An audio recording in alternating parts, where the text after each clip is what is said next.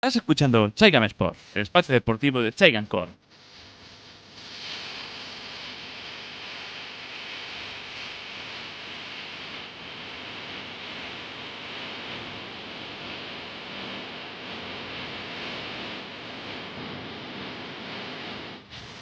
Muy buenas, gente de bien, ¿cómo estamos?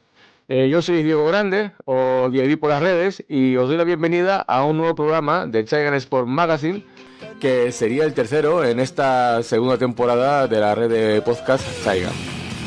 Bueno, y en esta ocasión casi logro que sea una semana la ratio de grabación, que después de lo que pasó en el programa anterior, bueno, pues esperaba que esta fuese su periodicidad habitual, ¿no? Pero bueno, vamos a ver al final cómo y cuándo se sube este programa. En primer lugar, me quisiera agradecer el comentario de nuestro miembro de la comunidad Chaigam, a José Manuel Martínez Rubio, que nos comenta a través de nuestro canal de YouTube de Chaigam. Grande Diego, muy buen sport, muy ordenado, con un estilo que mezcla el podcast y la radio y muy atractivo. Genial.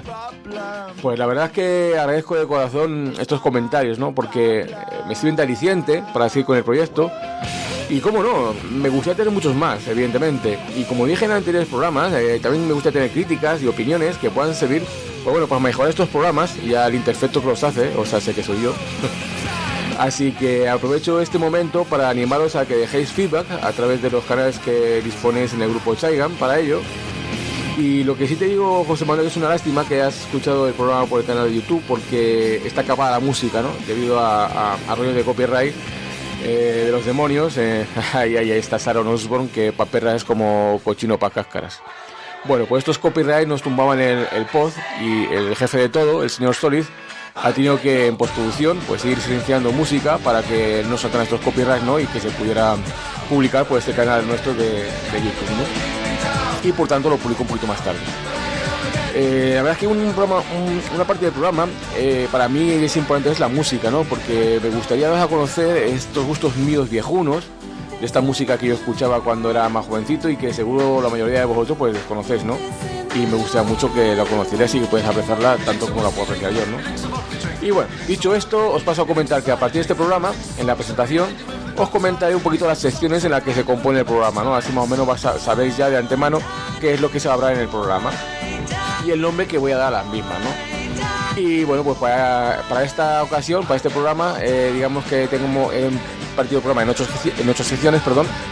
La primera la he llamado el mercado de invierno, en el cual, bueno, aunque un poquito tarde porque ya estamos ya prácticamente a mediados de febrero y ya hace 15 días que se cerró el mercado, pero bueno, haremos un pequeño repaso a lo más importante de esta ventana de mercado. La segunda la denomino como milagro de inscripción, ¿no? Porque bueno, entonces un poquito los problemas que ha tenido o que tenía el Barcelona con el tema de más salariales y gastos y deuda y demás, y bueno, pues al final ha conseguido inscribir, y explico un poquito cómo ha sido esto que el Barça ha podido inscribir a todos estos jugadores. Luego en la tercera sección pasaremos a hablar de lo que he denominado Spotify Barça, ¿no? Que bueno, que ves un poquito pues sobre esta noticia que ha saltado esta semana, ¿no? En que indicaban como esta empresa de música por streaming que todo el mundo conoce como Spotify, bueno, pues va a ser el nuevo sponsor de Barcelona. La siguiente sección la he denominado Golpe a la Superliga. Bueno, aquí os comentaré un poquito, tal como hice en el programa anterior, de cómo el periodismo patrio ensalza supuestas noticias que serían, digamos, malas en concepto para Superliga, y cómo calla como putas otras que no sean tanto. Luego en la 5 y en la 6 hablaré un poquito de la jornada 23 y la jornada 24, que son las dos jornadas de fútbol que han abarcado este tiempo que no ha habido desde el último programa hasta este. Y luego en la penúltima, digamos, sección hablaré un poquito sobre la Copa del Rey, las semifinales, el partido de ida de las semifinales de la Copa del Rey. Y por último, como siempre, pues la que se denomina como música y despedida, ¿no? Y bueno, y sin más, pues vamos a pasar a escuchar la promo del podcast y vamos a empezar, gente.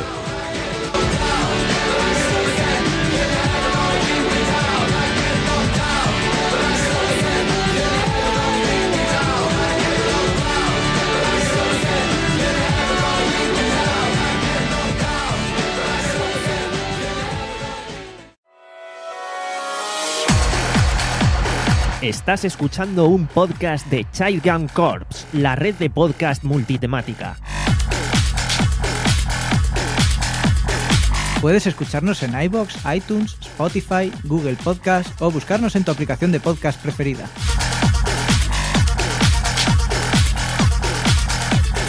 Síguenos en Twitch para vernos grabar en directo y suscríbete en YouTube para ver los programas resubidos. Puedes encontrarnos en Twitter, Facebook e Instagram, donde podrás estar al tanto de todas nuestras novedades. Puedes unirte a nuestros canales de Discord y Telegram para formar parte de nuestra comunidad.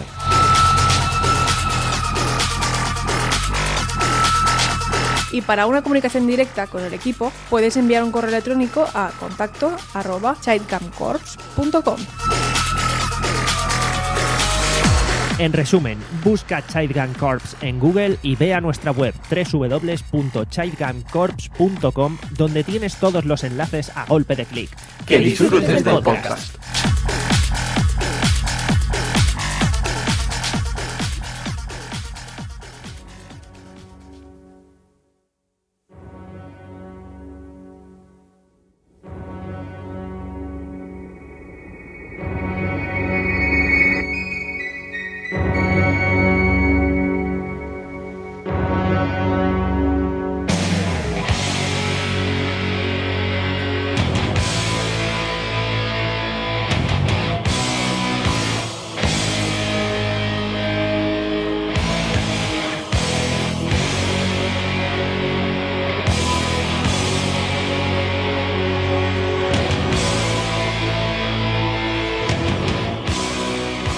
Y bueno, vamos a empezar con esta sección que se llama Mercado de Invierno.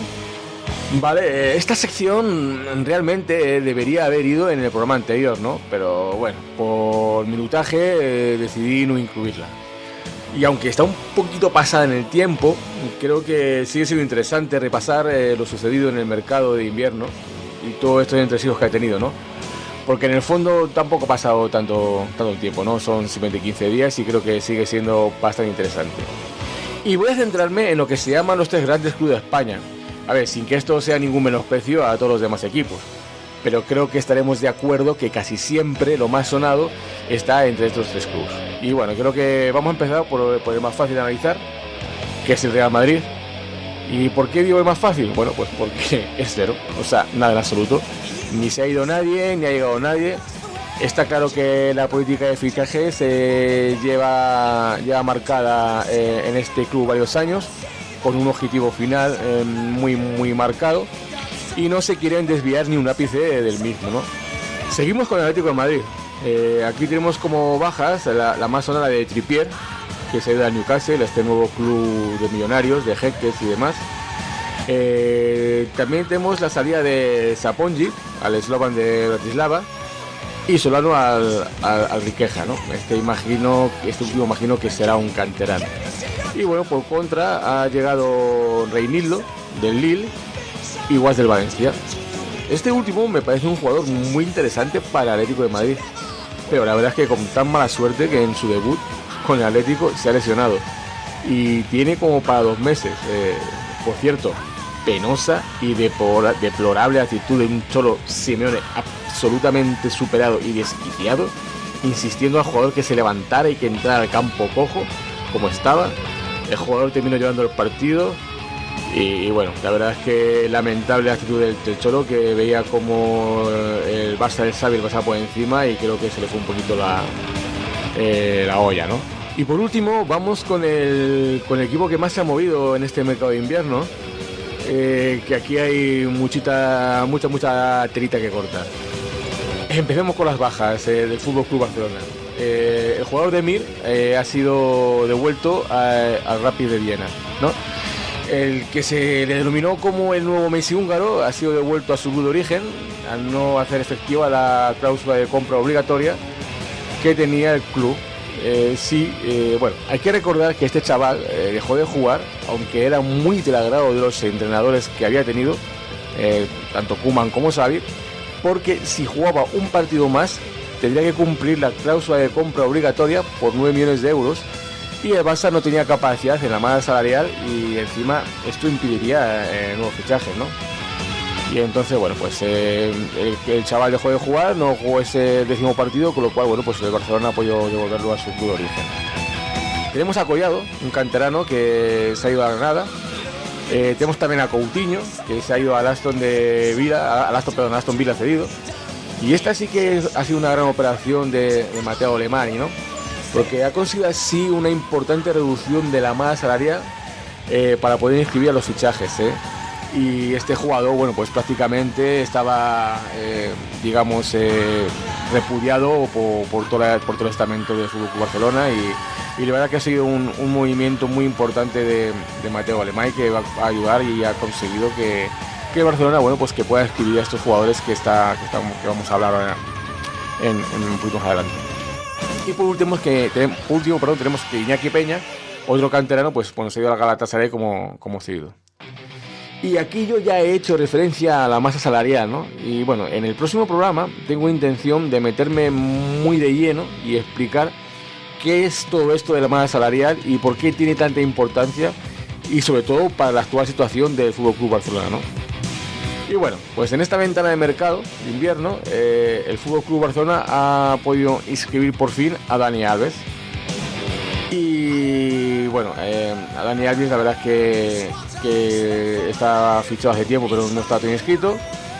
A Ferran Torres, procedente del Manchester City, que sabemos que ha sido por 55 millones más en variables. A Adama Traoré, que el canterano que vuelve a casa desde el Wolves como cedido. Y a Aubameyang, que bueno, pues quedó libre del Arsenal, al equipo que le dio la que se ha quitado del medio por diversos problemas disciplinarios. De hecho estaba totalmente apartado del equipo y sin jugar y bueno, pues este juego tuvo la carta de libertad, que ya comentamos un poquito más adelante, y ha recalado en el Barcelona, ¿no? Y bueno, y el gran fracaso de esta ventana de mercado sin duda ha sido la no salida de Ousmane Dembélé del FC Barcelona, que bueno, que este hecho ha impedido que viniesen más fichajes que sonaban para Barcelona, como pudiera ser Morata, ¿no? Evidentemente estas incorporaciones mejoran mucho al equipo del Barça y a su vez, y también lo que también demuestra a su vez, que es que eso de que los jóvenes, que los jugadores jóvenes que han salido estas últimas fechas, pues simplemente era una situación de emergencia, ¿no? Y no un valor al alza como nos han querido vender, que alto como prácticamente próximos balones de oro. Y bueno, y en la próxima sección veremos por qué todas estas incorporaciones tienen un punto de, digamos, mínimo como controversia.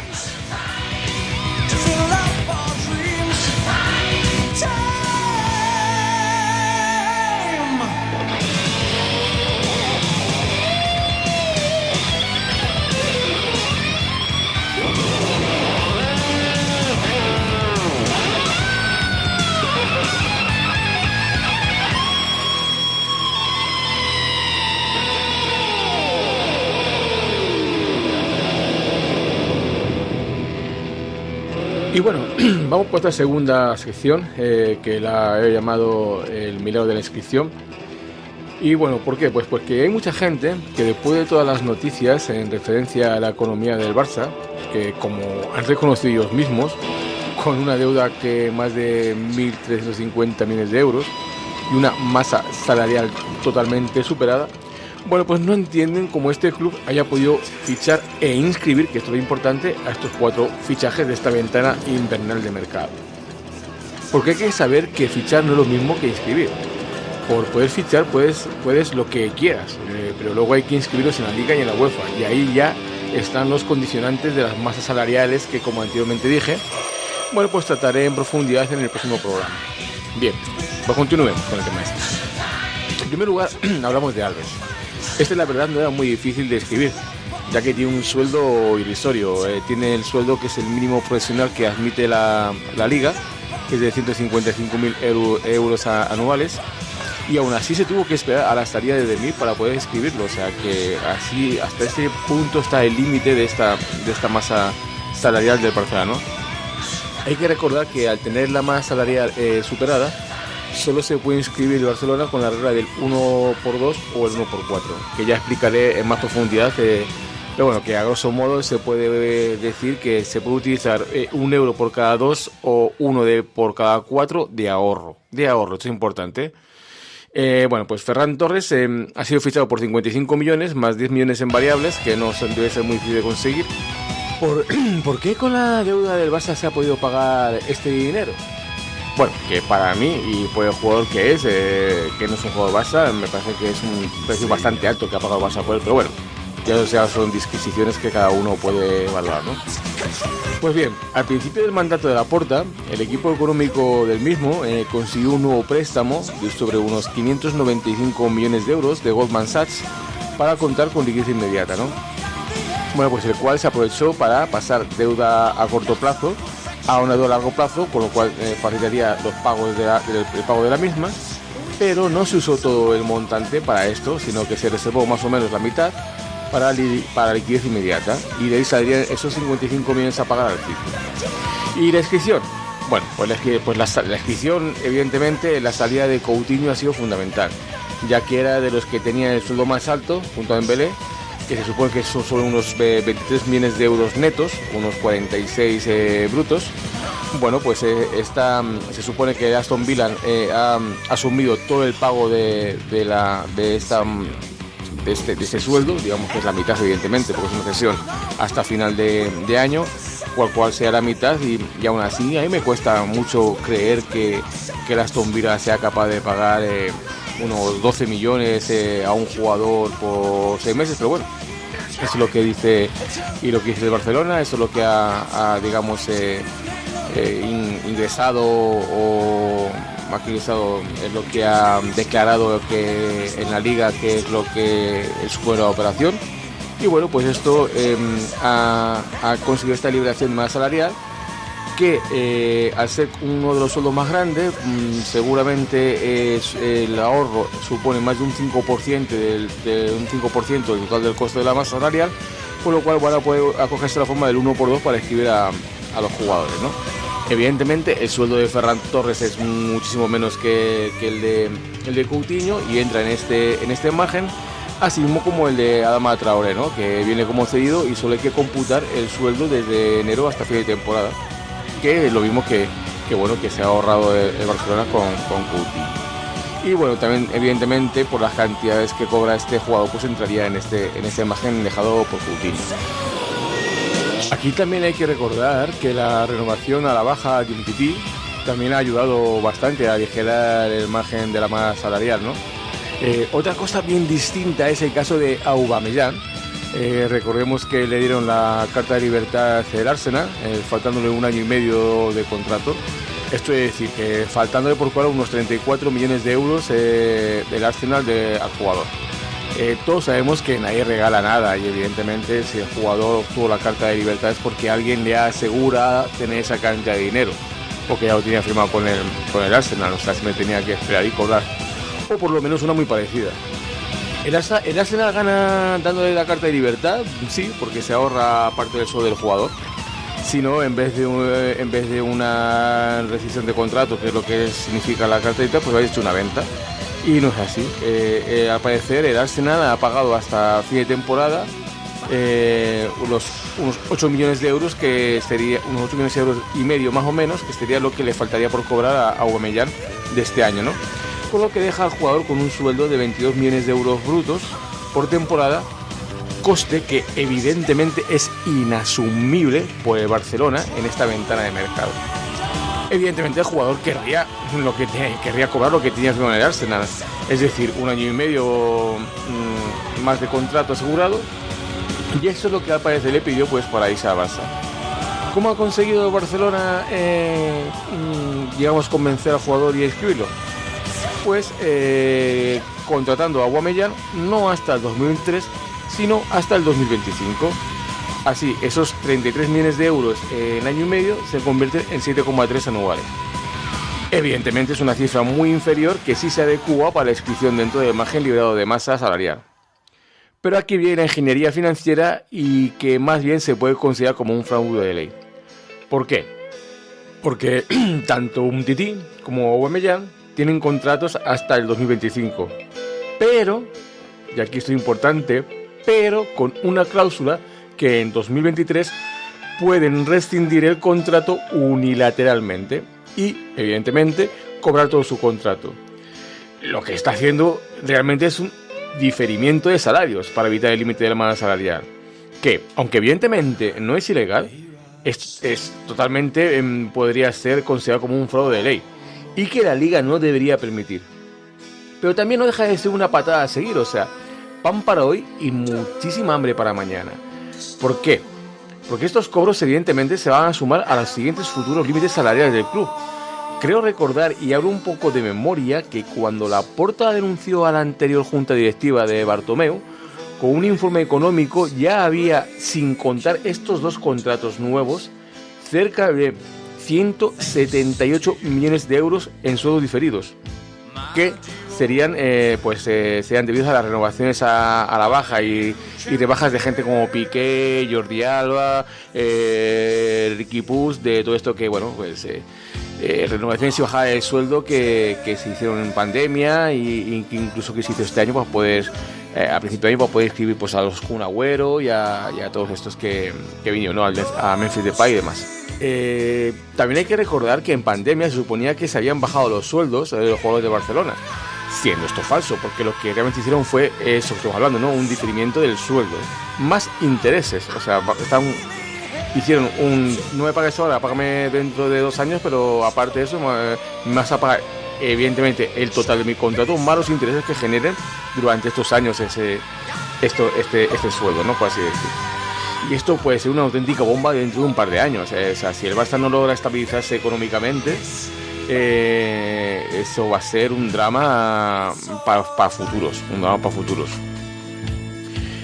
Como dije, ya os explicaré qué significa todo esto a nivel masa salarial en el próximo programa y lo que significa y todas las consecuencias que puede tener para Barcelona y evidentemente para todos los equipos de la liga.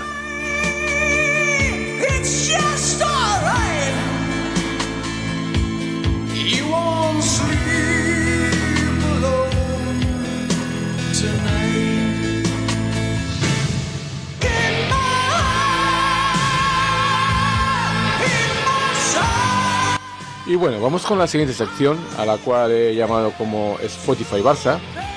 Bien, esta semana se ha anunciado un acuerdo de patrocinio de la empresa sueca de música en streaming, que todos conocemos, Spotify, bueno, pues con el Fútbol Club Barcelona, por un montante de unos 280 millones de euros para los próximos 3 años.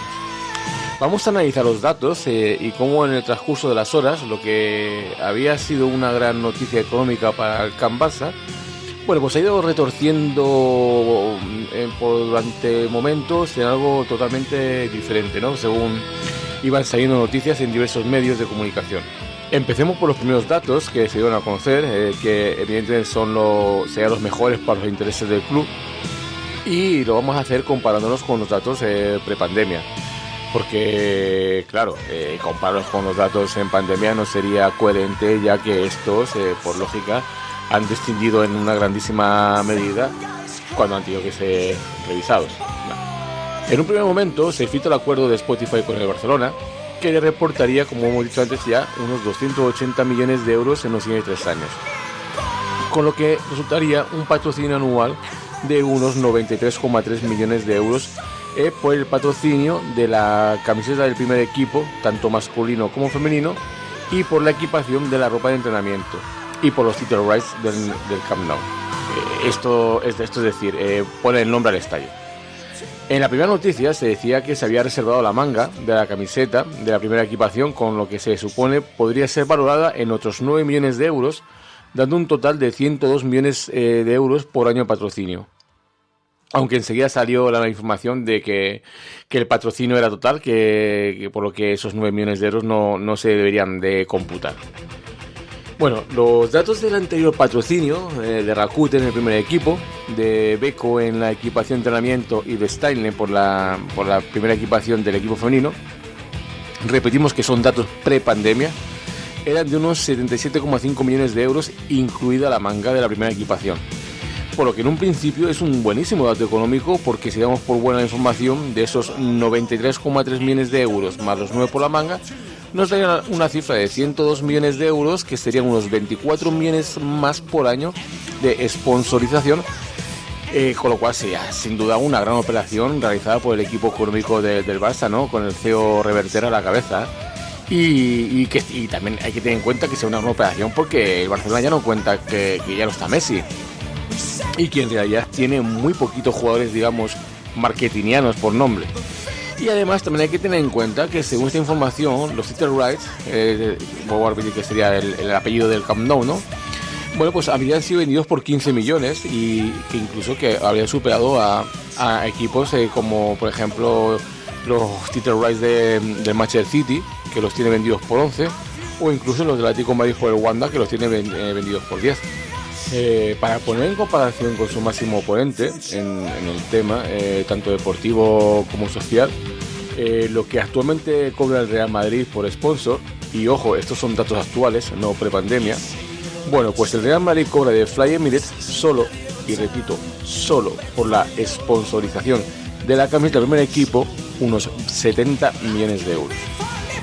Pero bueno, después de todas estas noticias, que vuelvo a repetir, que serían magníficas a nivel económico para el FC Barcelona debido a la situación en la que se encuentra, pues a las pocas horas de esta filtración, el Camp Barça se ve sacudido con la noticia de la dimisión de su CEO, Ferran Reverter. Bueno, a través de un comunicado del propio FC Barcelona, en el que aduce a motivos familiares y personales, anuncian digamos, pues la dimisión de este CEO, de Ferran Reverter, y que va a estar en el club hasta que Laporta consiga un nuevo CEO. Y aquí saltan todas las alarmas, porque todo indica que la dimisión de Reverter es por discrepancias en cuestiones económicas con Laporta, aparte de otras muchas más circunstancias. Hay que recordar que Ferran Reverter viene de ser el CEO de MediaMarkt Saturn, que es, digamos, la compañía MediaMarkt Europa, y que ha estado en la compañía ocupando diversos puestos de responsabilidad en la empresa alemana del Yo no soy tonto durante muchísimos años. Y evidentemente su visión del manejo del Barça es como de una multinacional, un poco como el espejo del Real Madrid de Florentino, ¿no? Contra la visión presidencialista que tiene Laporta. Y bueno, pues este señor estaba llevando al club, bueno, pues intentando poner los caminos de la recuperación económica. Es una persona muy importante, fue una persona muy importante para los acuerdos con la entidad de Goldman Sachs en el primer préstamo y para el plan de financiación también con los mismos Goldman Sachs, esos 1.500 millones de euros que van a necesitar para el Espai Barça, ¿no? Hay que tener en cuenta que tanto Reverter como muchos de los miembros de la junta directiva tenían poder de decisión, ya que, por decirlo de alguna manera, tenían agarrado por los huitos a Joan Laporta. Y esto era debido a los avales que pusieron para poder ser presidente.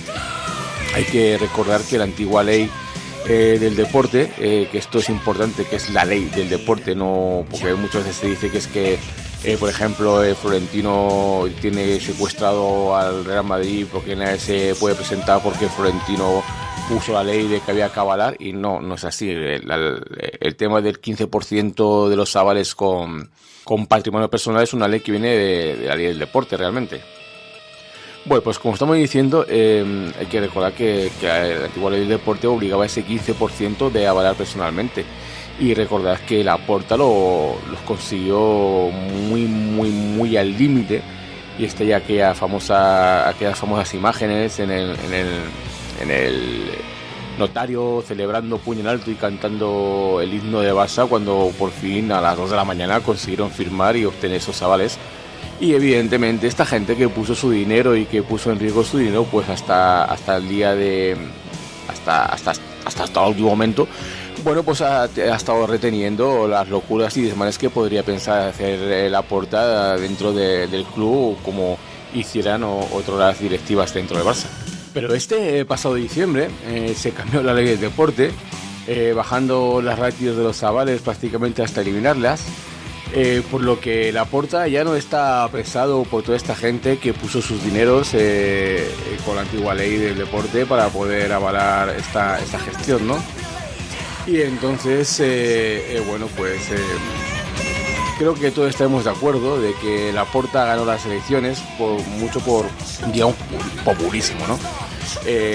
Por dos hechos muy específicos, que fue la famosa lona en la Castellana, esa que de ganas de veros de nuevo, y sobre todo por la promesa de la renovación sí o sí de Leo Messi, abrazos de maniquí de por medio. Y también que hay mucho de populismo para ganar las elecciones en todo su discurso, ¿no? De hecho, uno de los máximos avalistas también ha abandonado o va a abandonar en breve la entidad por ese motivo, en que ya Laporta realmente no tiene cortapisas y entonces está o ha estado haciendo cosas que realmente van, digamos, en contra de lo que muchos de los miembros de la Junta piensan que es lo correcto. En definitiva, la salida del CEO da muy mala espina. Evidentemente todo se focaliza en el caso de Spotify, aunque este realmente no sería la única causa de esta dimisión.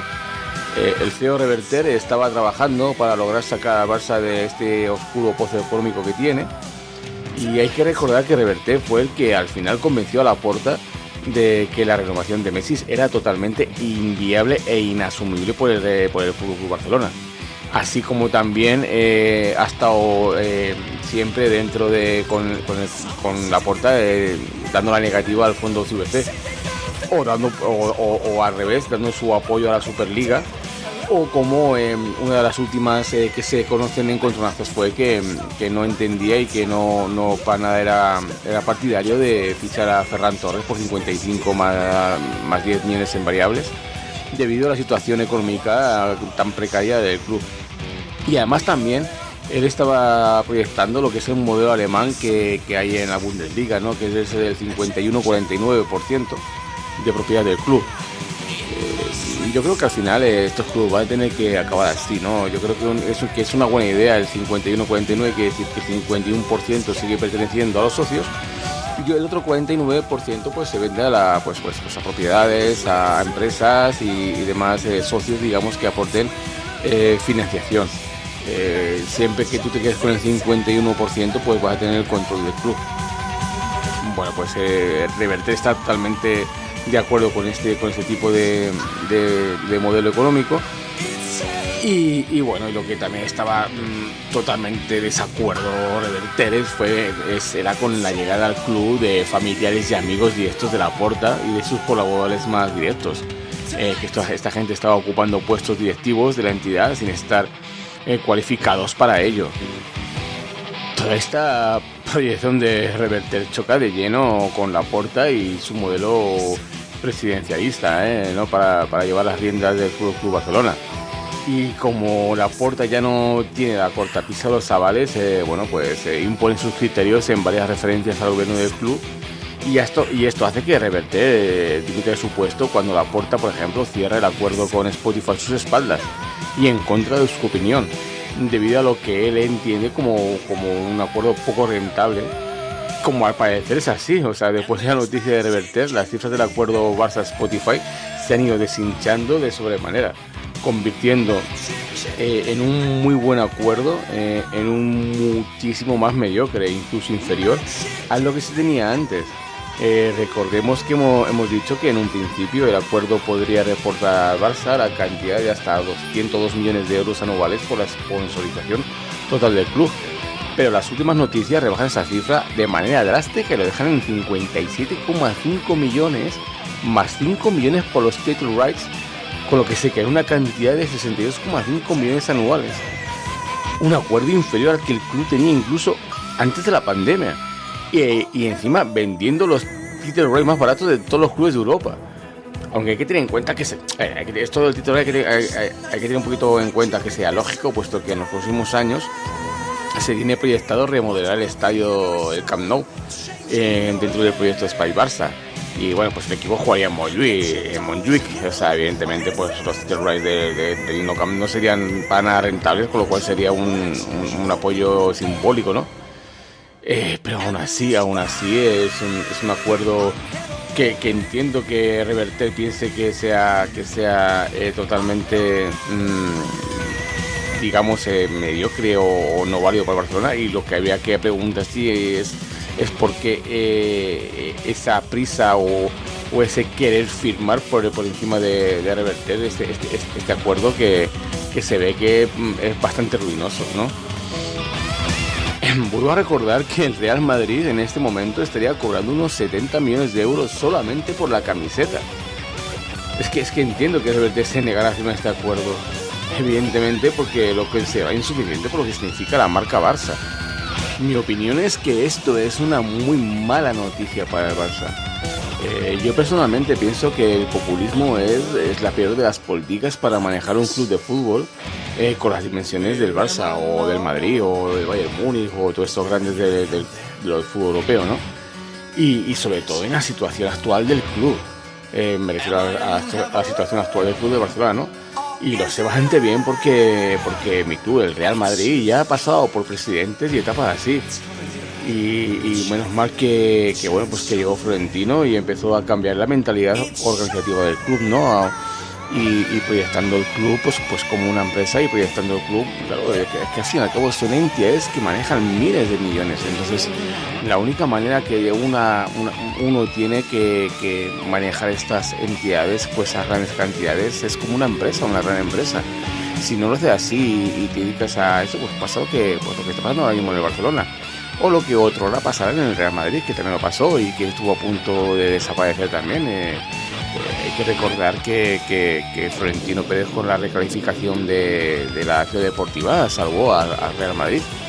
Y ahora la pregunta es cómo realmente el Barcelona va a tener capacidad para, digamos, salvar esta situación económica del club, que las cosas se ven muy complicadas, y bueno, estamos hablando de que va a pasar de 1.350 millones de deuda, digamos que ha pedido un crédito de 600, con lo cual 300 se suma a deuda y 300 se suma a quitar deuda, o sea, pasamos de 1.300 a 1.600, y que va a pedir otros 1.500 para el Espai Barça, ¿no? Que evidentemente si el Espai Barça sale adelante va a ser una fuente de ingresos enorme, pero estamos hablando que en el punto cero de partida del Espai Barça va a ser un club que va a tener casi 3.000 millones de deuda. Complicado, sé que estas cosas económicas aburren mucho, pero para mí son importantes y por eso me gusta verlas y me gusta pensarlas y me gusta exponerlas. No sé cómo acabará esto, si realmente viendo la fuga de cerebros que está teniendo el Barça con una gran persona como para mí entiendo ser que era el CEO Reverter, así como las 2 o 3 socios que se están yendo, que eran avalistas, que ponían mucha cordura dentro del club, y bueno, toda esta deriva que ya se está viendo, que se supone que se está empezando a denunciar en Can Barça, llegando a amigos, familiares y demás, pues no sé cómo acabará.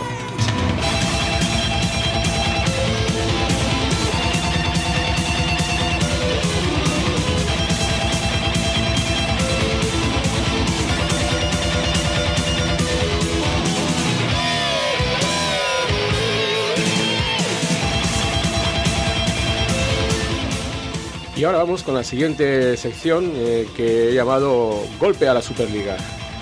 Bueno, como ya os comenté, parece que las noticias que sean, digamos, pro Superliga, pues prácticamente en la prensa patria deportiva apenas existen, y si se comentan es de una manera muy de pasada y prácticamente ocultando el alcance real de la noticia en sí, ¿no? Ya sabéis, es el mejor periodismo deportivo del mundo, como se consideran ellos. En cambio, cuando es, digamos, contra la Superliga, la noticia en sí a tratar, pues se trata de una manera muchísimo más exhaustiva e incluso con un sesgo para crear opinión en contra del proyecto, que, ojo, parece que solo es de Florentino, y se olvidan que detrás de todo esto hay 12 clubes de los más importantes de Europa. Y que la visual del proyecto actualmente no es solo el Real Madrid, sino que ahí también está el Barça y la Juventus, con un par aguantando la tormenta, y eso hay que decirlo. Bueno, porque al parecer los medios deportivos de comunicación españoles, cada vez que se habla de ese tema, parece que en vez de la Superliga es la Superflore. Y esto, bueno, pues se ve muy a menudo. Bueno, pues durante esta semana se ha vendido que la UEFA, el fenómeno del Ceferino, habría dado un gran golpe a la Superliga y por ende a Florentino. Evidentemente, claro. ¿Y por qué de este golpe? Bueno, pues porque se ha informado de un acuerdo de la UEFA por la venta de los derechos televisivos y de gestión de imagen por unos 15.000 millones de euros por los próximos 3 años. y este dato se vende como un puñetazo directo al modelo económico de la Superliga. Pues bien, como dijo Jack el Destripador, vayamos por partes. En primer lugar, ¿es tan buena la oferta de la UEFA por esos 15.000 millones de euros para 3 años por los derechos de la Champions League? Vayamos a comparativas con respecto a otras ligas, ya que evidentemente aún no se sabría el importe porque se supone que la Superliga vendería estos mismos derechos, aunque en sus primeras proyecciones se estaban hablando de unos 7.000 millones por temporada, con lo que ya de principio serían 7 por 3 igual 21.000 millones en cambio de los 15.000 que ha ofertado la UEFA, ¿no?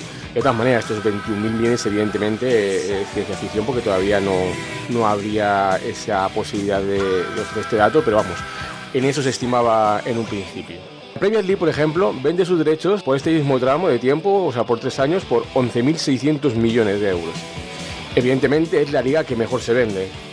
Luego tenemos que la siguiente venta en importancia, por el mismo periodo de tiempo, esos 3 años, es precisamente la Liga Española, por 4.950 millones de euros. La siguiente sería la Bundesliga, también por 3 años con 4.400 millones de euros. La Serie A italiana por 3.450 millones de euros. Y por último, y ahí está el jeque con su pastizal, la Ligue 1 francesa, que se vendería por unos 2.500 millones de euros. Así a simple vista, quitando a la Premier League, parecía que sería la de la UEFA la mejor oferta de venta de derechos. Y en segundo lugar, es que no se desarrolla de manera informativa real y se queda en un highlight de titular, la noticia, por lo menos por las entradas en internet que he podido ver de esta noticia. Si comparamos los 15.000 millones de euros de la UEFA en contra de lo que cobran las ligas, vuelvo a repetir, evidentemente no se puede comparar de forma real y fehacientemente lo que lograría la Superliga. Es evidentemente que la UEFA, que si los miembros de esta Superliga en Champions, ni de coña iba a lograr vender esos derechos por esa cantidad. Y seguro que sea la Superliga la que acoparía esta oferta, ¿no? Incluso superior. ¿Y también por qué digo esto, güey? Pues mira, pues muy sencillo. Lo que no se desarrolla en la noticia es que esta oferta de derecho de televisión es por todas las competiciones de la UEFA. Es decir, Champions League, Europa League, Conference League, Supercopa de Europa, Young League y la Champions League femenina. Y aquí yo no tengo tan claro, bueno, realmente no lo sé, si también entraría incluso la Copa Europea de Naciones, ¿eh? Eso también habría que verlo. Y bueno, ahí hay que empezar a sumar la cantidad de equipos que hay para repartir, ¿eh? En cambio, las ventas de las ligas son únicamente para esta competición y, por supuesto, un ínfimo número de equipos a repartir en comparación a todos los equipos que participan en todas las competiciones de la UEFA. Y ya ni que decir si estos 20.000 millones de la Superliga son solo para los 20 equipos, ¿no? Evidentemente ahí estarían reflejados el montante económico para el apoyo a los clubes más pequeños y desarrollo a todas las ligas y fútbol base que tanto la UEFA como la Superliga tienen o tenían reflejados en sus estatutos. Así pues, vuelvo a denunciar el sesgo periodístico de esta nuestra gran prensa deportiva. Recordad que ellos mismos se consideran la mejor del mundo y cómo se posicionan a favor de las tesituras de la liga, ¿no? Sobre todo porque les interesa económicamente, con la inclusión de la publicidad de la liga en sus emisoras y demás periódicos y evidentemente de la UEFA de manera indirecta. De todos modos, incluso esta noticia hay gente que la considera que es una victoria de la Superliga, ¿no? Al haber logrado que la UEFA reparta más dinero a los clubes con la venta de estos derechos. Pero muchos la consideran como una victoria en contra de la Superliga. Personalmente sigo pensando lo mismo. El Tribunal de Justicia Europea va a dar la razón a la Superliga. Se supone que prácticamente a todo el mundo que consulta, que más o menos conoce un poco el tema, digamos, judicial en la Unión Europea, bueno, pues se va a poner, el tribunal va a denunciar esa posición de monopolio de la UEFA y esta sentencia será la vía libre para esta Superliga, que yo creo que lo más seguro y lógico sería formarla con un acuerdo con la UEFA, pero evidentemente con el poder de decisión de la Superliga, más que de la UEFA. Y bueno, pues aquí seguiremos informando de todo lo que rodea este proyecto de la Superliga.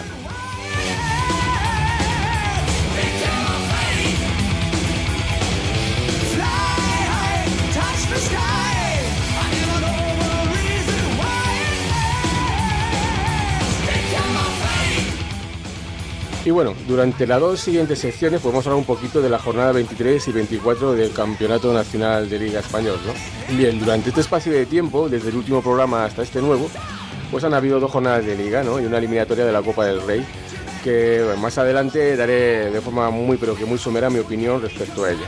Pero vamos a pasar a comentar estas jornadas y lo que ha pasado con los equipos más importantes de nuestra liga y cómo queda la clasificación después de las mismas. En primer lugar se disputó el partido más importante de la jornada, que fue el FC Barcelona contra el Atlético de Madrid.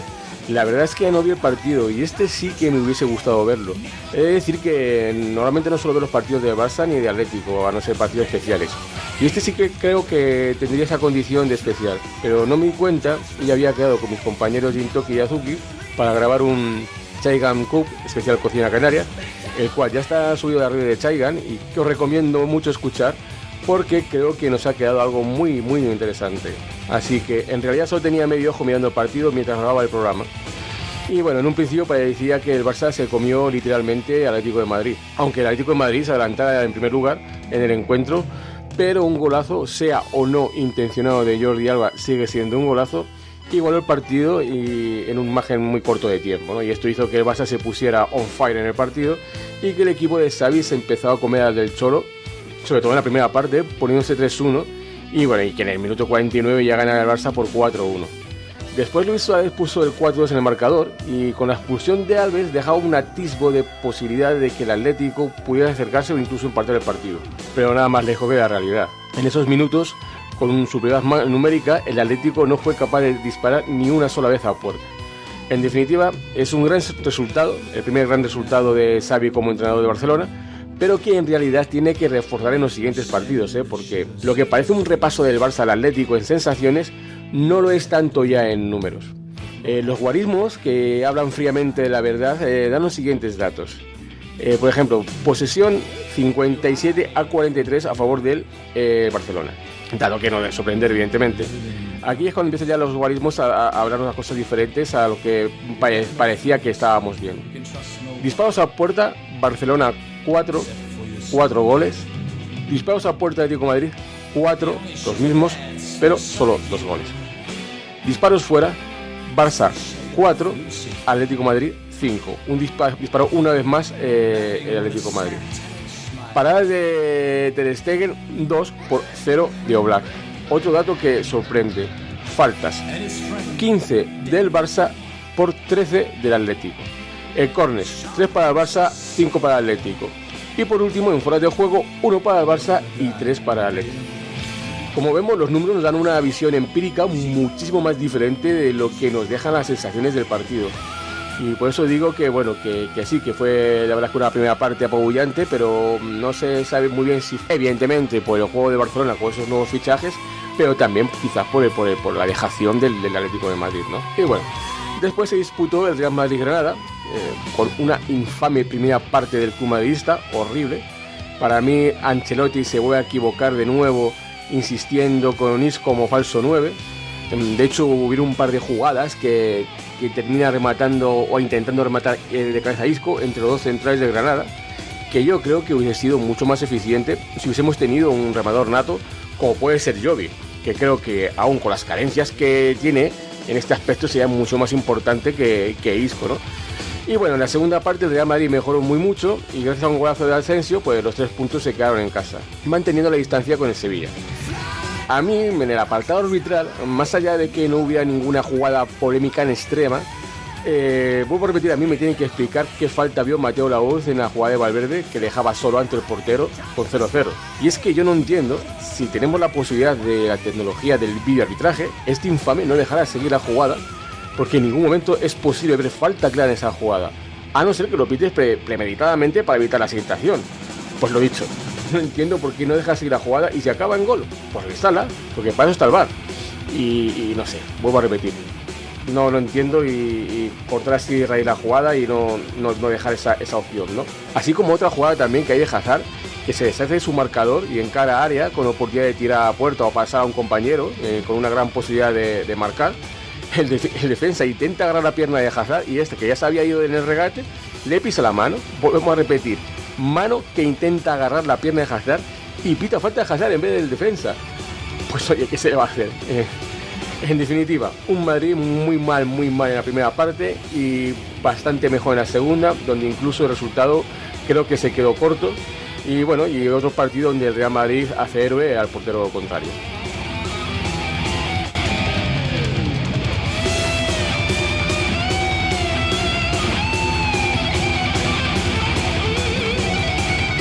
Y bueno, vamos con la siguiente jornada, ¿no? La jornada 24. El primer encuentro que pude ver es el de Real Madrid contra Villarreal en el Estadio de la Cerámica. Un partido evidentemente complicado por el escenario y el rival. Volvemos a tener un Real Madrid bastante mediocre, por no decir pésimo, en la primera parte y muchísimo mejor en la segunda, ¿no? Y esto ya está siendo habitual. Al parecer los jugadores del Real Madrid se creen que puede ir tirando los primeros 45 minutos de cada partido por ahí. Pero bueno, la verdad es que después ha tenido infinidad de ocasiones, diversos tiros al palo, paradas de Rulli espectaculares. De hecho, me sigo preguntando, y también lo hice por el grupo de Telegram, ¿cómo es posible que cada semana el Real Madrid convierte en héroe a los porteros contrarios? Es que ya hemos visto en estos últimos partidos. En fin. Al final, empate a 0 con una jugada en el último minuto, el cual el balón, un remate de Jovi va al larguero y luego el defensa del Villarreal saca en línea de gol el remate de Nacho. Y bueno, pues como reparto de puntos en la Cerámica y como el Sevilla ganó su partido, pues bueno, pues volvemos a encontrar esa diferencia de 4 puntos primero con el segundo. Cosa aparte es lo del arbitraje. Y es verdad que pudiera parecer que siempre estamos llorando los aficionados del Real Madrid con el tema arbitral, pero es que a mí me lo tienen que explicar. Empezando con la jugada de Albiol con Vinicius. A ver, es que aún no entiendo qué puede ver el árbitro. Bueno, que sí, que en este caso se podría entender que el árbitro de campo viese una cosa que no se corresponde con la realidad, que viese un choque entre jugadores y no la acción de Albiol. Pero para eso está el VAR. Aún no me explico por qué no se pitó penalti en esta jugada, es que es de manual. Evidentemente, como dije, posiblemente el árbitro de campo pudo interpretar la jugada, pero el VAR con las imágenes, viendo como todas las vimos, Albiol ve claramente que viene Vinicius, da 2 pasos laterales y saca la mano a la altura de la cara e impacta con el jugador. Penalti claro, y el color de la tarjeta, pues bueno, ya depende de la interpretación del árbitro de que si es agresión o no. Para mí es totalmente intencional y por lo tanto es roja. Es que es graciosísimo ver cómo árbitros, comentaristas de las diferentes emisoras de radio y sobre todo en Radio Marca, el exárbitro, y no quiero recordar que este imperfecto de Pérez Burrul ha pitado en innumerables ocasiones al Real Madrid en la época que se denunciaba el Villarato. A ver, este perfecto indocumentado dice en Marca que el jugador del Villarreal se excede abriendo los brazos, pero no le da un codazo al brasileño, que en ningún momento está disputando el balón. Así acierta el árbitro al no señalar pena más. A ver, esto escribe en Marca este colega. Pero es que en el momento de la jugada, en la radio de Marca suelta esto el fenómeno. Albiol abre los brazos y Vinicius ha encontrado el codo por el camino. No es para apretar penalti. A ver. Mira, que te quieran joder y que te quieran fastidiar, ya de por sí está mal. Pero que encima te quieran tomar por imbécil, ya no, eso sí que no. A ver si tenemos que explicar a este limítrofe que vuelvo a repetir, ha pitado muchísimas veces en el Villarato al Real Madrid y ya te das cuenta de tantas cosas. A ver, Mostragán, en primer lugar, Albiol no abre los brazos porque sí, por cantar soleares. Abre un brazo para impactar en la cara de Vinicius y cortar su carrera para evitar la presión del balón. Punto 1. Punto 2. ¿Qué cojones tiene que ver que esté disputando el balón o un melón? Si tú golpeas intencionadamente a un contrario, con o sin balón, es libre directo. Y si es en el área, penalti. De verdad que es que este tipo haya sido árbitro y ahora especialista arbitral de una cadena de radio deportiva como Radio Marca, es que da mucho para pensar. Y ahí se entera que, por ejemplo, en la siguiente jugada, polémica, que es de Parejo con Vinicius, otra agresión de Parejo se viene a cuento, evidentemente ahí sí que no se puede pitar penalti. Pero no porque no esté disputando el balón Vinicius y Parejo, sino porque el balón no está en juego. Por eso nunca es penalti. Y sí expulsión. Y lo que nos tienen que volver a explicar es porque aquí tampoco entró el VAR. Y bueno, cabe recordar que por casualidad y únicamente por casualidad, Iglesias Villanueva fue el árbitro que el año pasado llamó desde el VAR al árbitro de campo para que anulase un penalti contra el Sevilla y señalara uno a favor por mano de espaldas de Militao. Si ese día nos robaron la liga, pues hoy ha puesto de nuevo su granito de arena. Y bueno, la siguiente polémica fue la no expulsión de Asensio. A ver, sinceramente, si le muestra roja, pues se queda con ella, por la peligrosidad de la entrada. Pero hay que ver que hay una entrada que viene de un intento de realizar una ruleta. Le quita el balón, pues en vez del balón pisa al jugador. De hecho, en la repetición se ve como Asensio llega a tocar el balón. Pero vamos, que sí, que si le expulsa, pues no se puede decir nada, porque ha sido una entrada peligrosa. Y también recordar que Foyt también tendría que haber sido amonestado con una segunda cartulina amarilla, tal como la que había mostrado a Kroos justo unos minutos antes por una jugada exactamente igual. Pero claro, esta significaría la expulsión de juego del Villarreal. Y oyes, aquí os dejo un dato curioso. 3 faltas del Real Madrid en la primera parte, 3 amarillas. No quiere decir que no lo fuesen, pero como dato sí que es curioso. Y bueno, en el último partido de la jornada tenemos que el Barça pues parece que no refrendó lo que en un principio todo el mundo quiso vender como la vuelta del equipo al fútbol, ¿no? Y que ahora sí, que iba a ser la recuperación del fútbol, del ADN Barça y de las sensaciones. De nuevo no vi el partido, así que no puedo opinar directamente de él, pero por lo que he podido leer por ahí y escuchar comentarios, ese tan proclamado regreso de las huestes azulgranas del SoFútbol, pues no parece que haya sido así, ¿no? Y que no tiene nada que ver con la realidad. Empataron en el último minuto del descuento y de una vez y de una manera como tantas veces menospreciada por su gurú entrenador Xavi Hernández, ¿no? Con un remate de cabeza después de un centro tirado a la olla.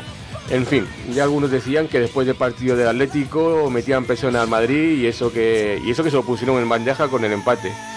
Y bueno, finalmente intenté esta tarde empezar un debate por el grupo de Telegram para después poder trasladar algo por aquí, pero no me dio resultado.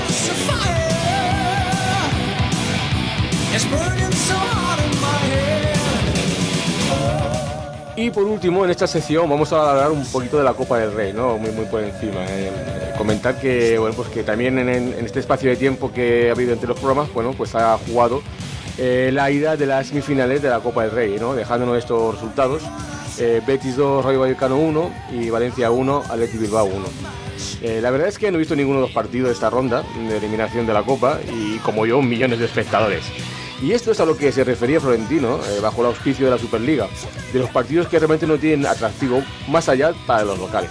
Evidentemente, una semifinal de la Copa sin Madrid, ni Barça, ni Atlético, digan lo que digan, no tiene prácticamente interés más allá de las propias aficiones de los representados.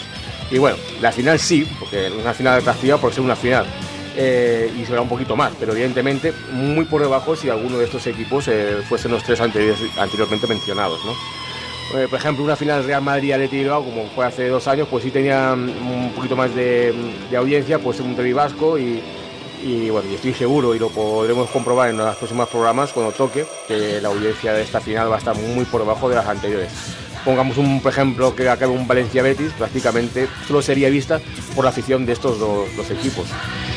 También hay que sumar el hecho de que el campeón y subcampeón de esta Copa no va a ser ninguno de los grandes, y que por lo tanto es muy factible que en la Supercopa del año que viene en Arabia no esté ni Barça ni Atlético, por lo menos hoy por hoy, tal como está la clasificación. Y lo dicho, creo que sin estos equipos este tipo de competiciones pierden mucho interés general. Eso sí, aumenta mucho el interés local.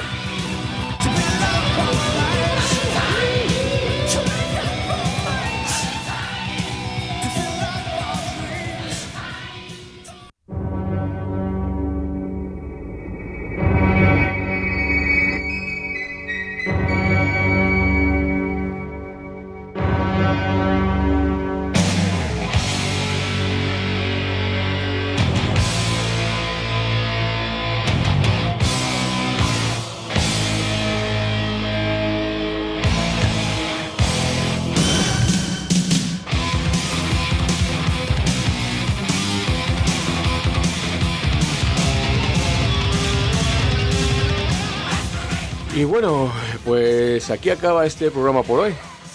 Espero que os haya gustado y bueno, pues vayamos haciendo audiencia de ellos.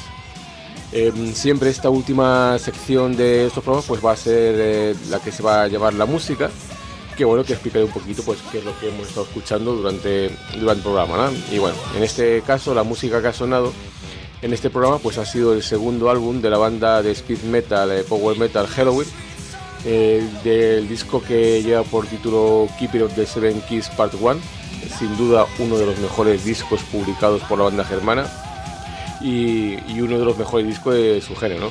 Junto con su segunda parte. Y bueno, en este álbum fue cuando se incorporó el que para mí es uno de los mejores cantantes del género sin lugar a dudas, Michael Kiske, y que cuando descubrí este álbum, la banda Helloween pasó a ser una de mis favoritas junto a Iron Maiden y Motley Crue, pero solamente en épocas en donde Kiski estaba como cantante. Espero hayáis disfrutado tanto de la música como del contenido de este programa, y sin más, venga, vamos a pasar para despedidas.